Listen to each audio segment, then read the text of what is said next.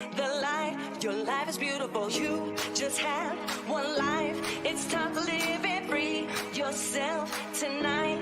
You gotta feel it. You just have one life. It's time to live it. Dance into the light. Your life is beautiful. Life is beautiful. Life is beautiful. Life is beautiful. Life is beautiful. Life is beautiful. Life is beautiful. Life is beautiful. Life is beautiful. Life is beautiful. Life is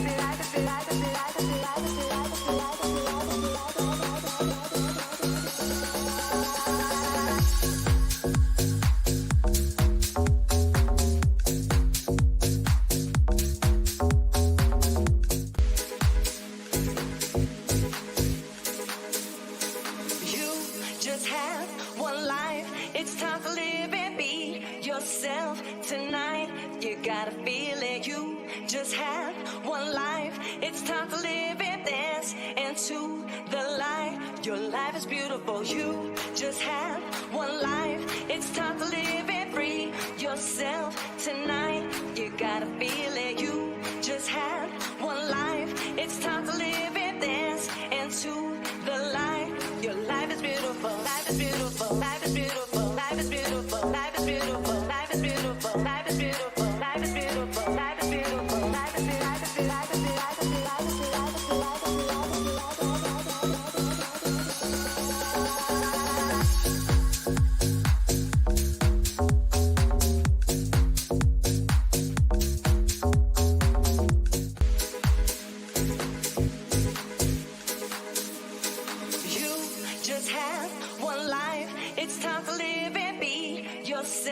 tonight. You gotta feel it. You just have one life. It's time to live it. Dance into the light. Your life is beautiful. You just have one life. It's time to live it. Free yourself tonight. You gotta feel it. You just have one life. It's time to live it. Dance into the light. Your life is beautiful. Life is beautiful. Life is beautiful. Life is beautiful. Life is beautiful. Life is beautiful. Life is beautiful. Life is beautiful. Life is beautiful. Life is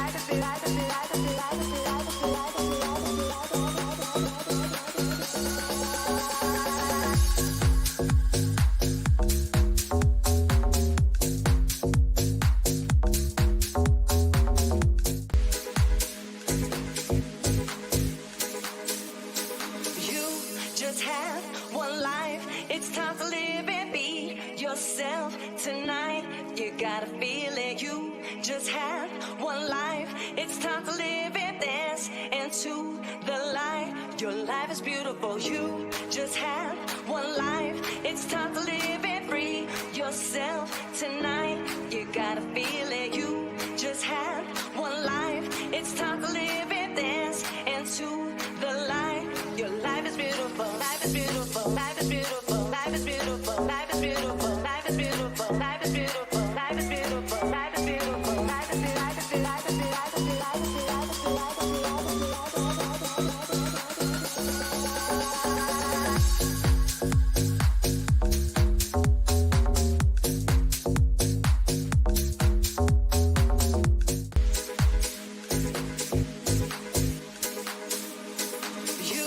just have one life. It's time to live and be yourself tonight.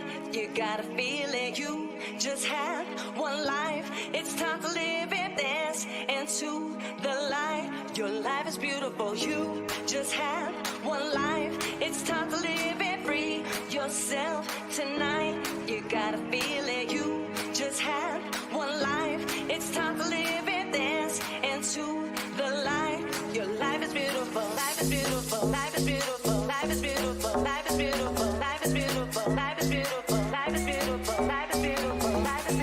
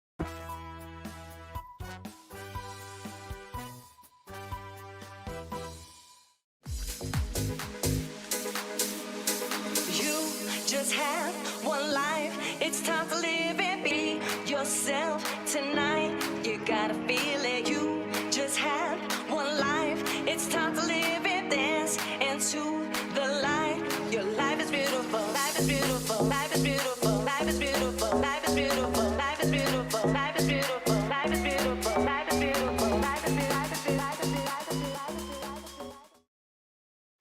I won in 01 and I got fourth in 97. The Olympia is a more, well-known, respectable event that's really for the best of, in the world. It's like the Super Bowl. So you got the Super Bowl and you got maybe like your secondary Super Bowl with the Arnold Classic. So everybody always out to, win that big title, get that big time recognition by being world champion, So Olympia's always been my contest to go to. But Arnold is a good show too. Even though I did it twice, it's still a great show.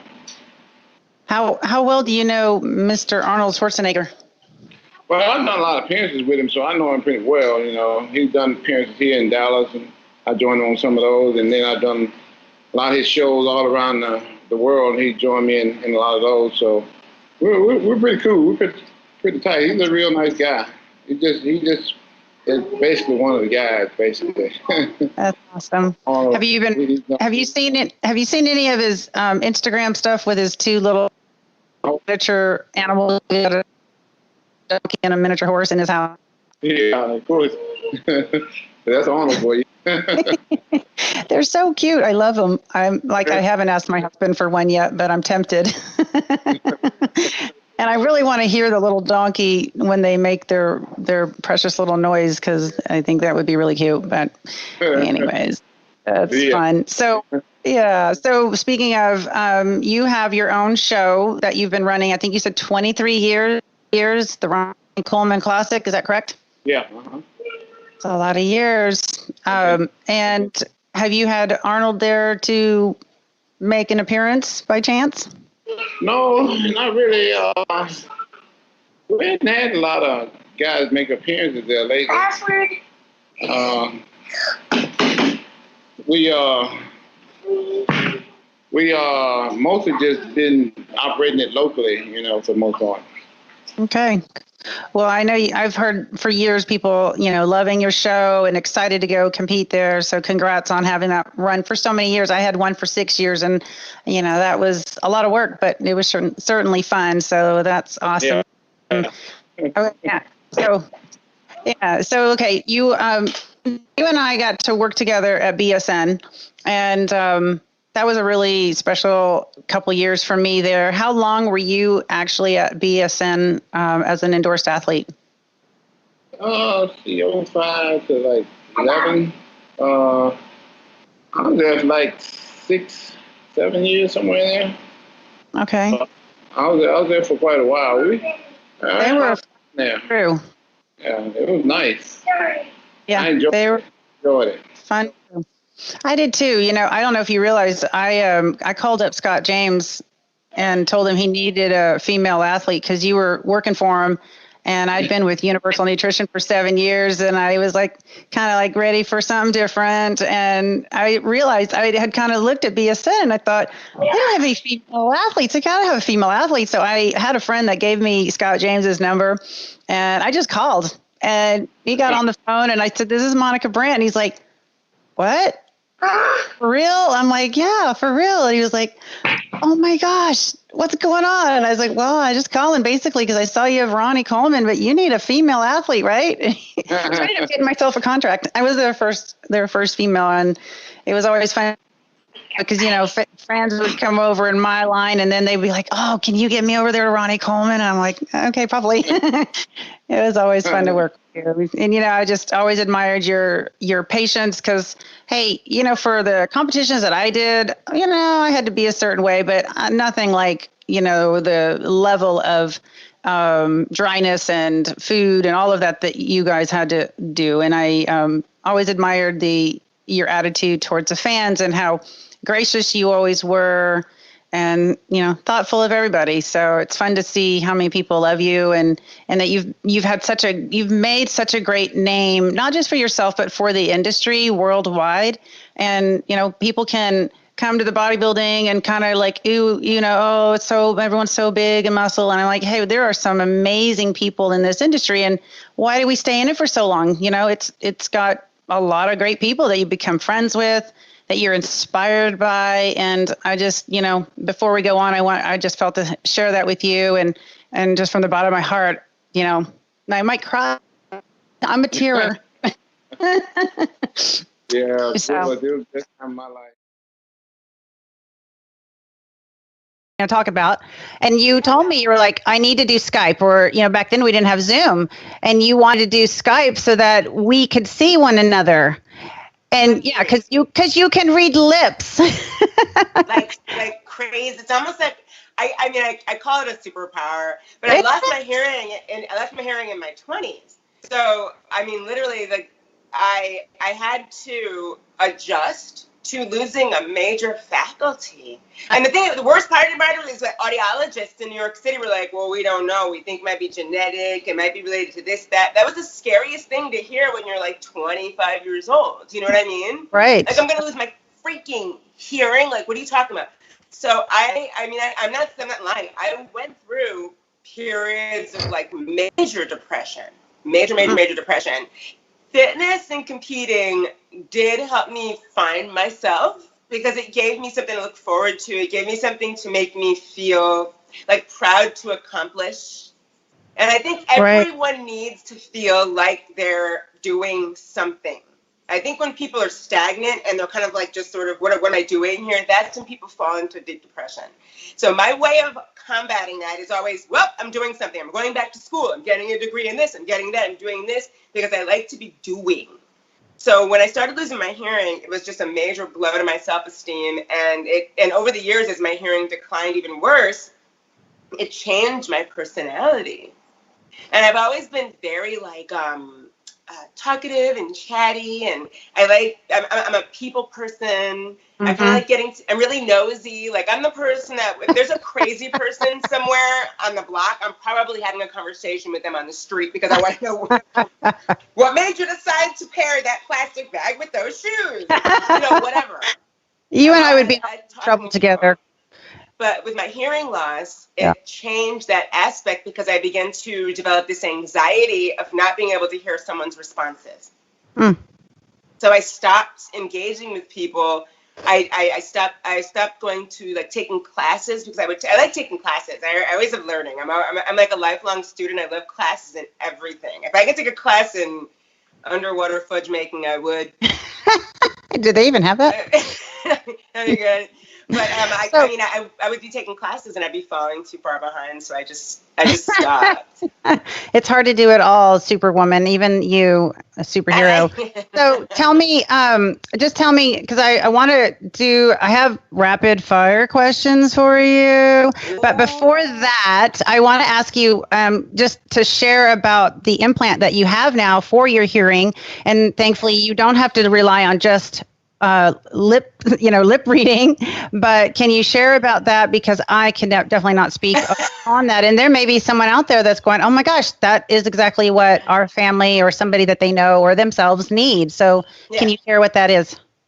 Well, okay, a cochlear implant is basically, you have to have a healthy eardrum. Everything has to be, your inner ear has to be intact for it to be eligible for it. But basically, I like to call myself I'm a real life cyborg, because I have a microprocessor in my head. I have a computer in my head that actually transmits signals to a receiver that's on my ear that picks up sound and then transmits. It bypasses the inner ear and goes right to the computer. So it's basically it's bypassing the parts of my ear that are broken. Inside your inner ear, you have these little hairs called cilia. That help move sound. You know what I'm talking about? The little hairs, they move sound. I've seen it on diagram. Yeah, when you hear something, they do like this, and they help to move sound so that you process it. The hairs in my ear do this. Instead, they don't work.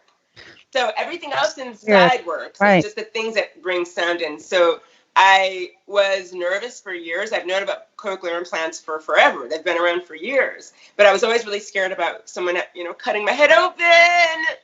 And I Oh was always my like, gosh. oh, God. How do they put them in? There's a whole scar here, stay at the side of your head underneath here. And Okay. then they cut it open and then go in. It's amazing. It's like a little laser. And the computer is probably that big. Like a little seed. It's crazy, and it does all that work. So I decided finally I was ready to rejoin life. I was like, I'm gonna get done in 2019 because I want to rejoin. I want the second chapter of 2000 whatever to be me coming back to life a little bit. I'm not gonna say it's been easy, and it does not. I noticed, because I've spoken to people who've also had it done, it doesn't work the same for everyone. So you kind of have to go in with your expectations, like I'm just going to work at it because it's a learning experience. Your brain has to relearn sound. Like the first week that I had this activated, I was like, what the heck is that noise? And my fiance would be like, the air conditioner. So little things, that like your brain just pushes back as ambient noise. My brain is like never heard before. So it's like, what is that noise? And can someone turn it off? It's the air conditioner. Or like I'm in the car driving and I'm like, what is that ticking noise? And I'm like, oh, it's the turn signal. You had to relearn things. Yeah. So Wow. it's been interesting. Wow. Well, I'm so thankful that you had that done. And thank goodness, thank God for people that can come up with those things. Technology, right? That's awesome. All right. So we're going to.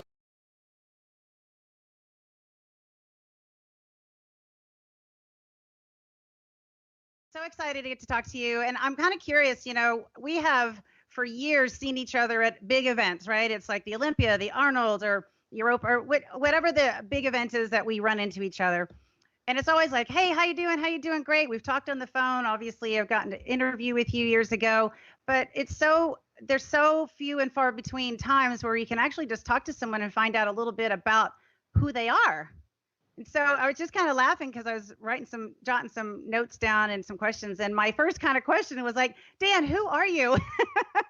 Because I'm still trying to figure out who I am. I'll tell you what, these last couple of months of being locked down here at the house has sort of given us all a chance to look in the mirror and figure out who we are, right? So that's a whole nother show, though. Well, it's so interesting because so many of the people that come into the sport and then have some kind of celebrity status or do something big are athletes that end up to be hosts. Bob Ciccarello for one, right? Sean Ray, or these guys that end up to be hosting things and promoting shows, but they come from the athlete side. And I know that you had a couple of bodybuilding shows that you started off with back in the early days. So just kind of curious, how were you raised? Where were you raised? Just like what brought you to being on stage, kind of in a nutshell, because we only have.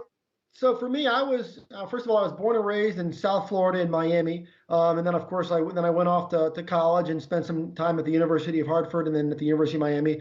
But once I got out of school, I was bouncing around trying to figure out what I wanted to do with my life. And a few years out of college, I happened to be in New York City on a business trip, unrelated to anything in the fitness industry. And my hotel was right across the street from the Madison Square Garden, which is where that year's Olympia was being held. And I had always been a guy that read all the magazines, and I was, kind of a casual fan of the sport. So I managed to get myself some tickets to attend the 1998 Mr. Olympia. That was the year right after Dorian Yates had retired. The title was up for grabs.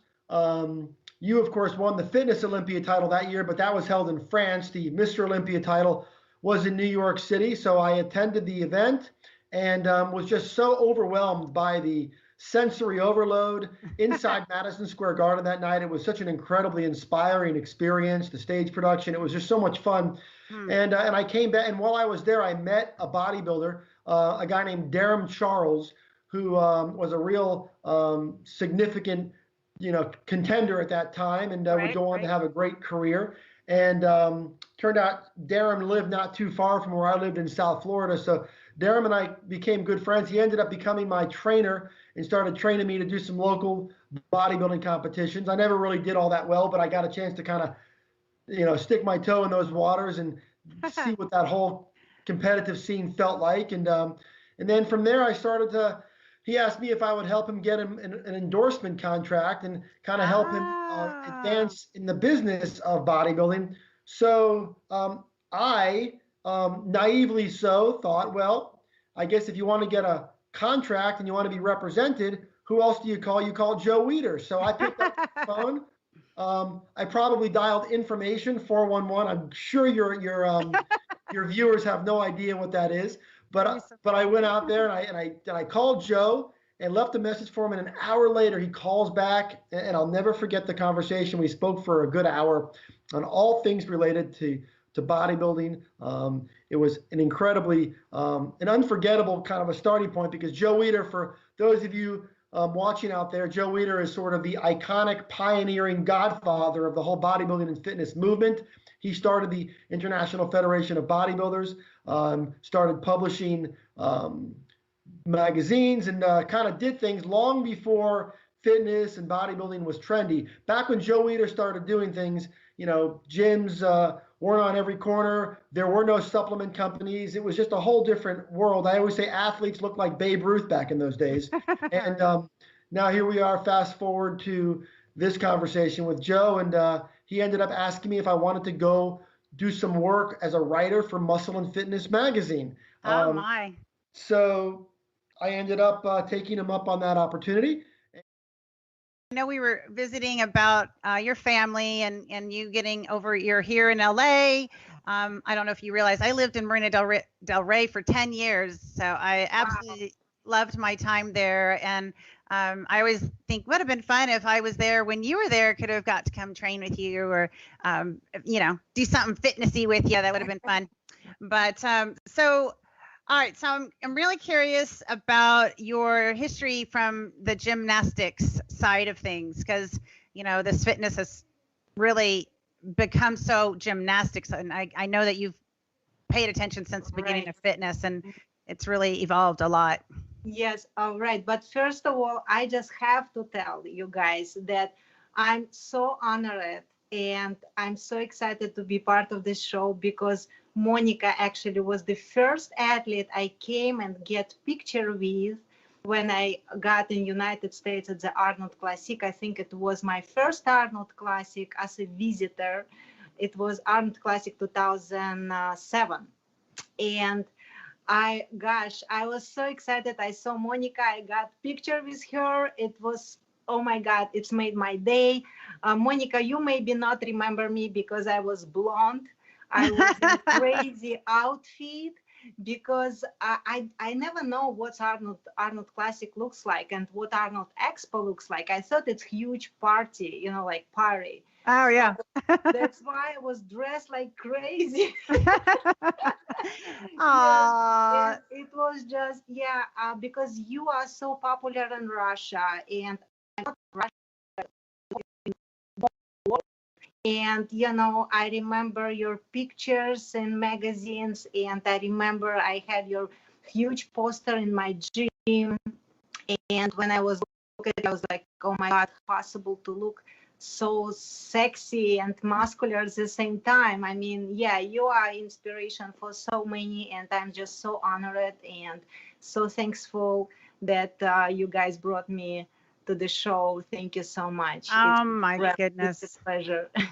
Well, thank you for that. And thank you for sharing that. And I know there was so many, 20 years at the Arnold and 20 years at the Olympia. And it was such an honor for me to get to meet so many people from around the world and be in that environment. And it definitely is an honor to hear your story. So thank you for sharing. And I just want to get back to you. So thank you. So tell me about your gymnastics, because your routines, I mean, you're not just a good gymnast, but you are an exceptional performer, and you're so classic and elegant and strong. You've been able to put it all together and then couple that with a dynamic physique. So I'm just so, in awe of watching your routines. And I know when I saw you competing before you actually won the Olympia, I kept thinking, why is she not winning? Well, thank you so much. Yes, my background is gymnastics, rhythmic gymnastics. So, and I spent about 12 years doing gymnastics. And of course, it helps a lot in my fitness career. But again, I think achievement in sport doesn't require talent or even skills. It's all about temper, your character, and willpower. Because I think no one great athlete will achieve his sporting achievements without perseverance and willpower, where world I want replaced by the world must, and no excuses here do not work. So but definitely background helps a lot to me. So, but I've been working so hard. I not art gymnast, so I have to learn all handstand and back hamstrings, all these movements, because it's not my background. And so it's just different gymnastics, you know. And but yeah, it's definitely helps a lot. And I improve myself every day. I still improving myself. I still learning some new skills and some new movements, you know. And I think gymnastics helps me to learn about discipline, what discipline is. That discipline is so important in sport, any sport. So, and I think it's the key of any success to self-improvement and be disciplined, self-discipline. Well, that is for sure. And like you said, any sport, right? And I know that it's so hard as a fitness competitor to do the gymnastics, do that type of training, you know, year long, because it's from my own experience, it was hard to take time off and then come back to it.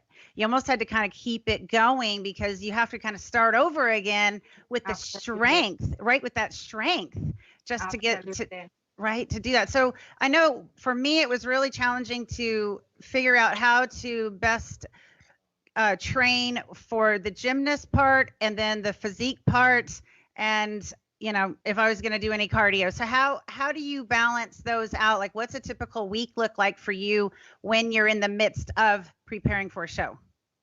Well, definitely, just like you said. Yeah, so you know, I was making a change late in life. At 38 years of age, I weighed 204 pounds. I was pre-diabetic, obviously obese, and in a very bad way due to a very poor relationship with my the father of my children. So I decided to leave him, and then became a teacher. And in so doing, was teaching grade 1. And there was this guy with curly hair, very tall, wore a lot of pink shirts and loud colors. And he would come to school, bringing his daughter to school every day. She was in grade 1. She was my student. And he one day asked me on the playground, because he would hang around with his daughter. He said, so what do you do to keep in shape? And I foolishly said something, because I didn't know who he was. You know, I said something stupid like, oh, you know, I run and I love it so much. You know, oh, so cool. And I said, I just want to get really super in shape. And he looked at me and he said, if I had a dime for every person who said that, I would be a rich man. And he says, look at me, I'm not a rich man. Nobody ever does that. And I said, no, but I'm going to. And he challenged me right there. He challenged me to compete I started in bodybuilding. So I stepped on stage in Las Vegas. I think I met you there a couple of years ago with Rob, actually. But and that was my very first show. And he basically said, you got to eat like I tell you to eat, train like I tell you to train, do exactly what I tell you to do. And I totally transformed my physique, which I had no clue that you could shape a physique with food or weights. But I super loved it. And I guess you could say he discovered me then, because I went from the playground to the stage to his camera, and I didn't realize, you know, what a sexy, powerful moment that was for me to transform myself completely from being obese to being worthy enough to stand on stage or in front of his camera. He made me shoot well over 15,000 pictures before we got one cover shot. He broke me.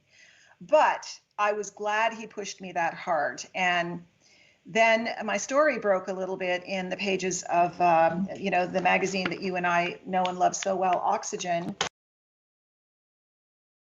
And never lost a fight, but just like in bodybuilding, when I first started as an amateur, I just got mopped the floor.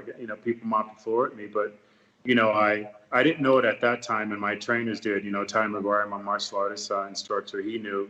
It was just, I was running up against people who were closer to their genetic potential, and I was still so far away from my genetic potential, just like in bodybuilding. I remember hearing guys, say to me, I beat you before, as a rookie, I'm gonna beat you again when you turn pro. And I'm like, it's not gonna happen. It's just that they were closer and done the sport longer than I had. So at the early on, the first 10, 15 years, I didn't win too much, but towards the end, it was very hard for people to touch me. And, I just loved it. But no, as far as injuries, no, I didn't suffer any major injuries. I mean, we don't consider like a broken ankle or a hand or knuckles. That's normal. You know what I mean? So I didn't suffer in anything major.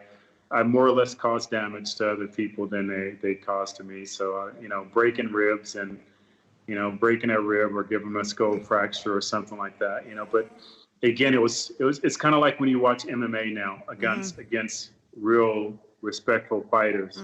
They will try to hurt you viciously, but it's the sport. And when that sport is over, we'll give you a hug, we'll shake your hand, we'll pick you up because it's battle. And in true battle, my goal was to put you under so much pain and pressure that you would surrender. And if you're fighting another real warrior, that's going to be a lot of bloodshed, but it's nothing personal. It's nothing personal. The same as, my philosophy, Monica, on stage, I never got offended by my competitor who wanted to beat me because this gentleman is on stage. He's trying to do the same thing I am. He's trying to get a better contract. He's trying to feed his family. He's trying to, feed himself. So why would you get offended about this person? If you lose against them, then make yourself better. But I never believed in harnessing, ill will to another person who's being competitive against me. I never perceived that as being a real champion, to be pissed off about someone because they want to do better than you do. Right. That's powerful to say. And I bet a lot of people have never really thought like that.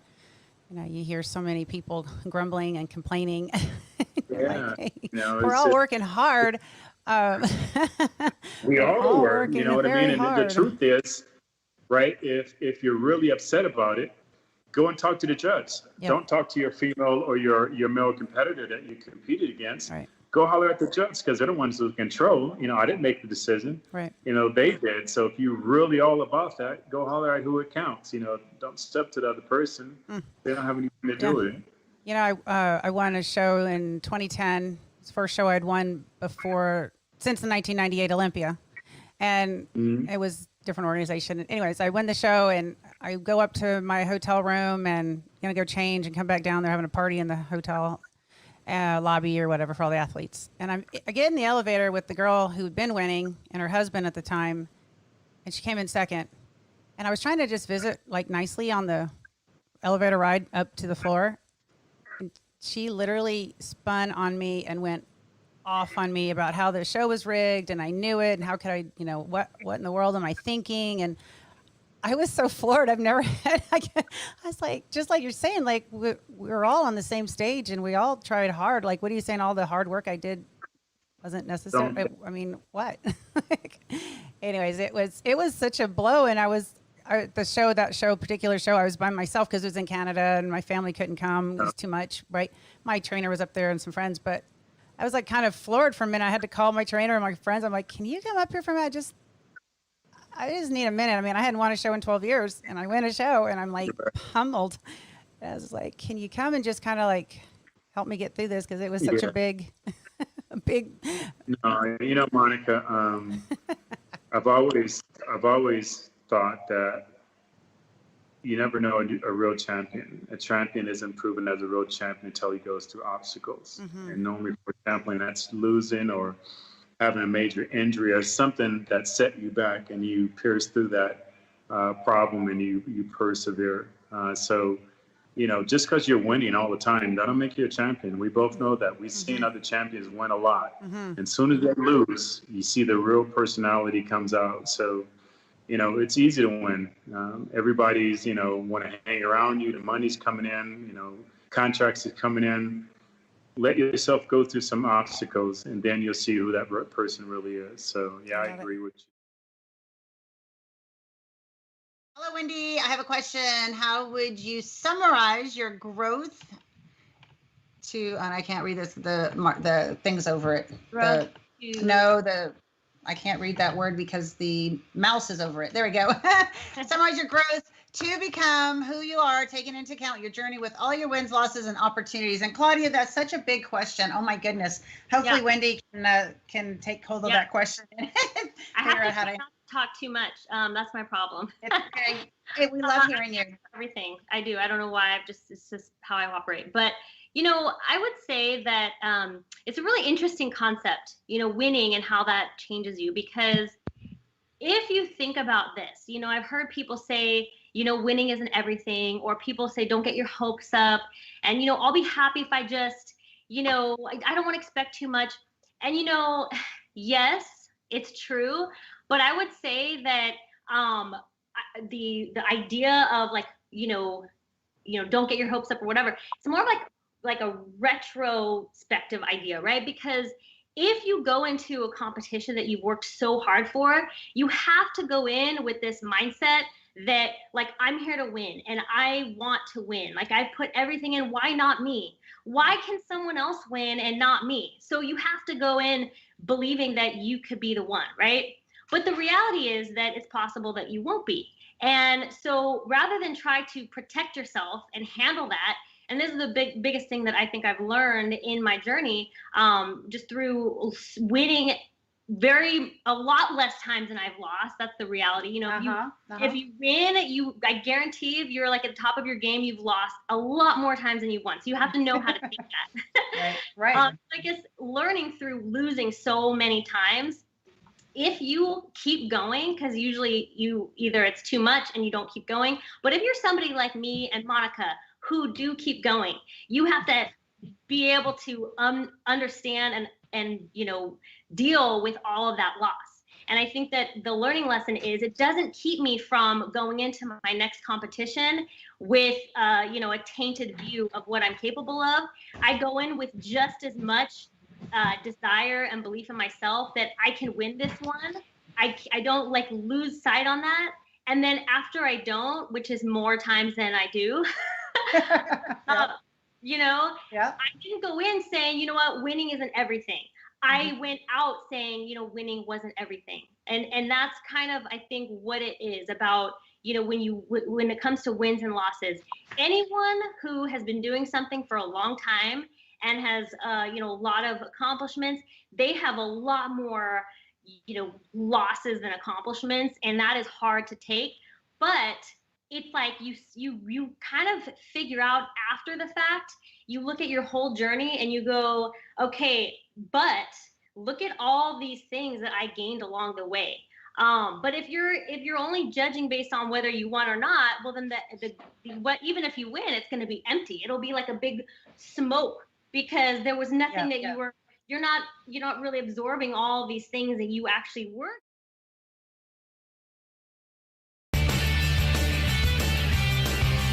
It's no coincidence that his name gets brought up when you're speaking of a professional fitness model, TV host, best-selling author, in-prison evangelist, and Batman. Clark Bartram, a qualified ISSA master trainer with cover appearances in over 130 fitness publications. He is truly the best spokesman in the world of lifestyle improvement. Professional fitness products brand their equipment with his name. In the making of his exceptional career, he has gained recognition playing the iconic superhero Batman in the cult classic Batman Dead End and the lead role in the feature film Hunter Prey. A man so trusted that his book, Where Your Mind Goes, You Go, reached Amazon's #1. Backed by his church, he was a national artist doing in-prison evangelism and motivation through his ministry. Get ready to push yourself like never before. And let's give a powerful welcome to America's most trusted fitness professional, Clark Bartram. Yeah, winner. So tell me about, Clark, tell me about your acting, because Batman, and then we've got Hunger Prey, and kind of, this is cool. That's awesome. How did that start up? So the whole Batman thing, I never really meant to be an actor. I never wanted to be. I didn't never go audition for anything. We did our TV stuff, and we were good on the shows, right? We were just natural at teaching. And so one day I'm sitting here on my computer, literally right behind me inside the house, and I get a phone call from Jason Ellis once again. And he says, hey, man, I just got a call from a guy by the name of Sandy Calora. He's directing this Batman movie, and he can't find a guy to play the Batman. And apparently he's auditioned like a bunch of bodybuilders, but he wants a bodybuilder that is athletic, that doesn't need like this plastic suit, because he had a vision for Batman that was more realistic to the comic books. So Jason went on to explain his conversation, and the conversation happened because Sandy Calora, the director, was in a Starbucks kind of like at the end of his search for a bodybuilder, and Jason's card was posted up in there, and it had all these bodies. And he's like, I'm going to call this guy. So when he called Jason, he said, I need a guy with a square jaw, blue eyes, deep voice, good looking, muscular, and about, 6 feet tall. Jason's like, damn, you just described my buddy Clark, but he's like 5'8". So Jason called me, and I said, no, I'm not going on this audition, because I go to these auditions and guys like Gunther are there. You know what I mean? I'm like, why am I here? These guys all tower over me. Not that I have a short man complex or anything, but I'm not right for the part based upon the description of this character. So I'm not going. So Jason, and man, I love that guy because he always pushes me to do more. And he says, dude, just go. What's your problem? Just go. What do you got to lose? So I call Sandy on the phone. I'm like, listen, bro, I'm 5'8". He goes, I don't care. I love your voice. Come up here. I drive up, I do the audition, knock it out of the park, and it's for a short film called Batman Dead End. For those of you who watch and who don't know, you can go on YouTube. This is when YouTube was first starting. Nothing had gone viral yet. So we shoot this little 8-minute short film for Sandy to get the attention of Warner Brothers and DC Comics to do his version of Batman. So this thing, I was just doing it, right? We shoot this movie. It was fun. I had a blast. I'm fighting. I'm doing my own stunts and all this sort of stuff. And it ended up blowing up. Comic-Con, 5,000 people in a room go nuts over this short little film. DC Comics, Warner Brothers call me in. And I'm having these meetings with these people, and I'm like, what's going on? So this little 8 minutes of film about Batman turned into be an absolute game changer for me. I mean, I'm mentioned with Kilmer, Clooney, Keaton, and who else played Batman? Christian Bale. They put me in those conversations of who is the best Batman.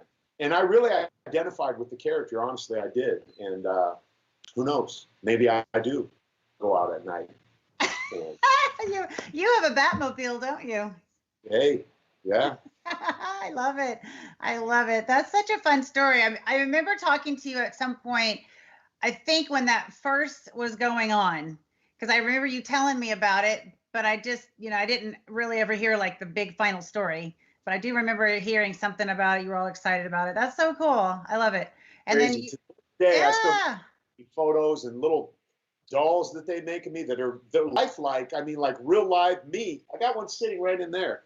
And it's insane. To this day, I mean, that was 2002. And it was the first viral video on YouTube, verifiable, without a doubt. It blew YouTube up.